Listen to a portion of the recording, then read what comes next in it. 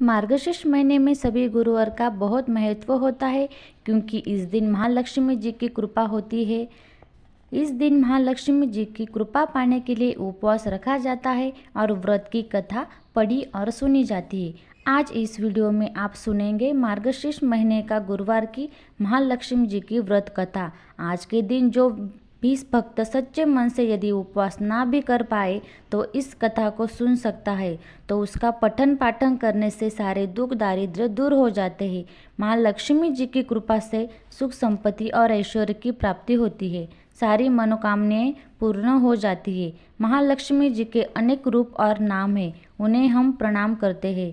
कैलाश पर्वत पर पार्वती जी का, क्षीरसागर में सिंधु कन्या, स्वर्ग रूप में महालक्ष्मी, भूलोक में लक्ष्मी, ब्रह्मलोक में सरस्वती, इन विविध नामों से पहचानी जाती है। मार्गशीर्ष गुरुवार का सुबह ब्रह्म मुहूर्त में माँ लक्ष्मी जी की विधि विधान से पूजा अर्चना की जाती है। इसके बाद उन्हें तरह तरह के व्यंजनों का भोग लगाया जाता है। ऐसी मान्यता है कि अलग अलग भोग लगाना जरूरी है। हर गुरुवार को अलग व्यंजनों का भोग लगाए। इस पूजा को पूरा करने के लिए किसी भी ब्राह्मण या पुरोहित की ज़रूरत नहीं होती है। आप अपने आप भी इस पूजा को कर सकते हैं। अगर आप मार्गशीर्ष गुरुवार की पूजा विधि के बारे में जानना चाहते हैं तो उसका भी वीडियो आपको जल्द ही मिलेगा। अब सुनिए महालक्ष्मी जी की व्रत कथा। पौराणिक कथा के अनुसार सौराष्ट्र में उस समय भद्रश्रवा नाम का एक राजा रहते थे। वे बड़े पराक्रमी राजा थे। उनकी रानी का नाम सूरज चंद्रिका था। रानी दिखने में सुंदर सुलक्षणा थी, पतिव्रता थी। उन दोनों के 7 पुत्र और इसके बाद एक कन्या का वरदान मिला था। कन्या का नाम उन्होंने शामबाला रखा। एक बार महालक्ष्मी जी के मन में आया कि जाकर उस राजा के महल में रहे। इससे राजा को दुगनी धन दौलत प्राप्ति होगी और वे धन दौलत से अपनी प्रजा को अधिक सुख दे पाएगा। गरीब के घर अगर लक्ष्मी रहेगी तो वे उसे स्वार्थी की तरह केवल अपने ऊपर ही खर्च करेगा। ये सोचकर श्री महालक्ष्मी ने एक बूढ़ी औरत का रूप धारण किया। हाथ में लाठी लेकर लाठी के सहारे रानी के द्वार तक पहुंच गई। हालांकि उन्होंने बूढ़ी औरत का रूप धारण किया था, लेकिन फिर भी उनके चेहरे पर देवी जैसा तेज रूप था। उन्हें देखते ही एक दासी सामने आई। उसने इनका नाम धाम कर्म धर्म सब कुछ पूछा।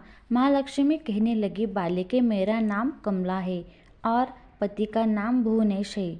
हम द्वारका में रहते हैं। तुम्हारी रानी पिछले जन्म में वैश्य की पत्नी थी। वह वैश्य बहुत गरीब था। गरीबी के कारण हर रोज उनके घर झगड़े हुआ करते थे और उसका पति रोज उसे मारा करता था। इन बातों से तंग आकर एक दिन वे घर छोड़कर चली गई और जंगल में खाली पेट भटकने लगी। उसके इस दुर्दैवी दशा में मुझे बहुत दया आ गई।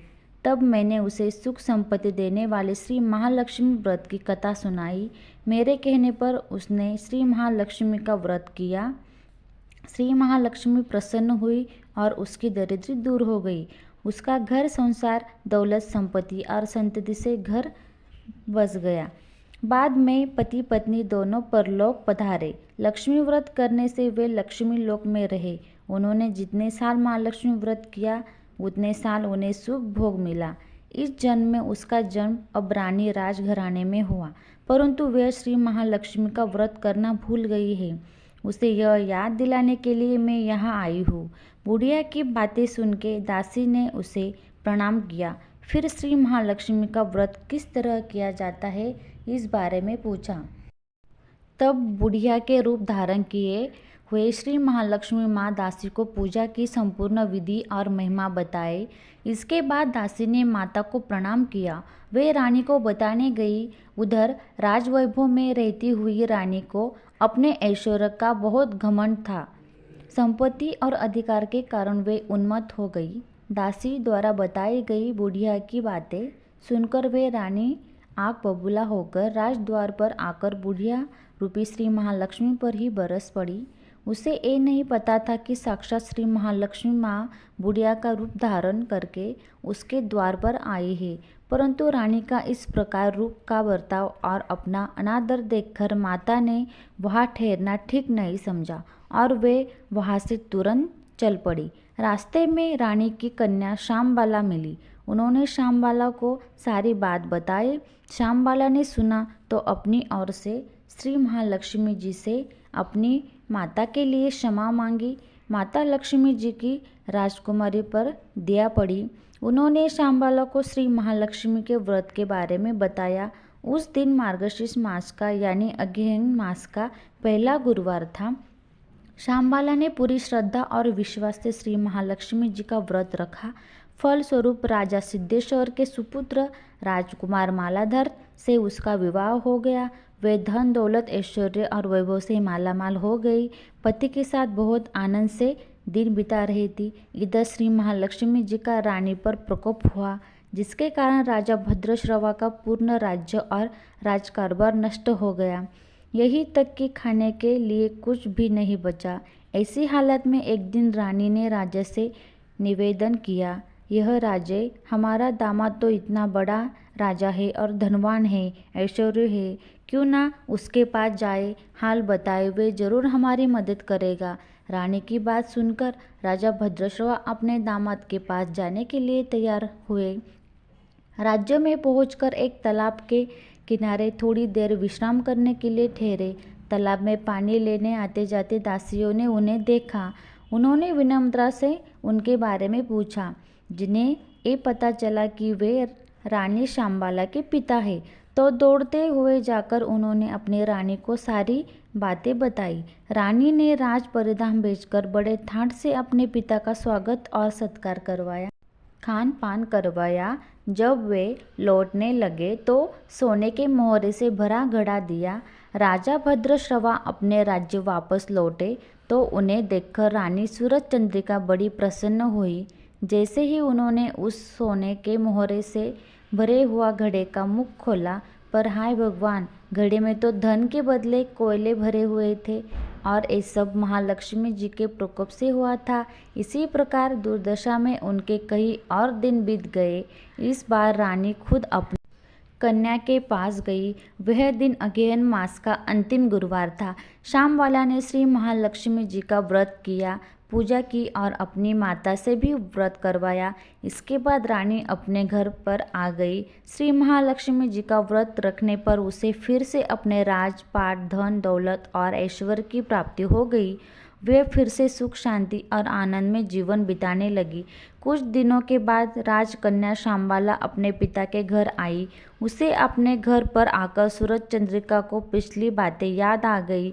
वे सोचने लगी, जब श्यामबाला ने घड़ा भरकर कोयला दिया था और वो सोचकर सूरज चंद्रिका वे अपने कन्या का स्वागत नहीं कर पाई, तब श्यामबाला का अपमान किया गया और उसने इस बात का बुरा भी नहीं माना। लेकिन अपने घर लौटते समय उसने पिता के घर से थोड़ा सा नमक ले लिया। अपने घर लौटने पर उसके पति ने पूछा कि अपने मायके से क्या लाई हो। इस पर उसने जवाब दिया कि वहाँ का सार लाई हो। पति ने पूछा, भला इसका मतलब क्या हुआ? श्यामबाला ने कहा, थोड़ा धीरज रखिए, सब पता चल जाएगा। फिर उस दिन श्यामबाला ने कई तरह के भोजन बनाए और उसमें नमक नहीं डाला। बिना नमक का भोजन उसने अपने पति के सामने परोसा। जब पति ने भोजन किया तो सारा भोजन बिना नमक का था, इसलिए उसे बिल्कुल भी स्वाद नहीं आया। फिर श्यामबाला ने थाली में अपने पिता के यहाँ से लाया हुआ नमक डाला, जिससे भोजन में स्वाद आने लगा। तब श्यामबाला ने अपने पति से कहा, यही है वह मायके से लाया हुआ सार। पति को उसकी बात सही लगी।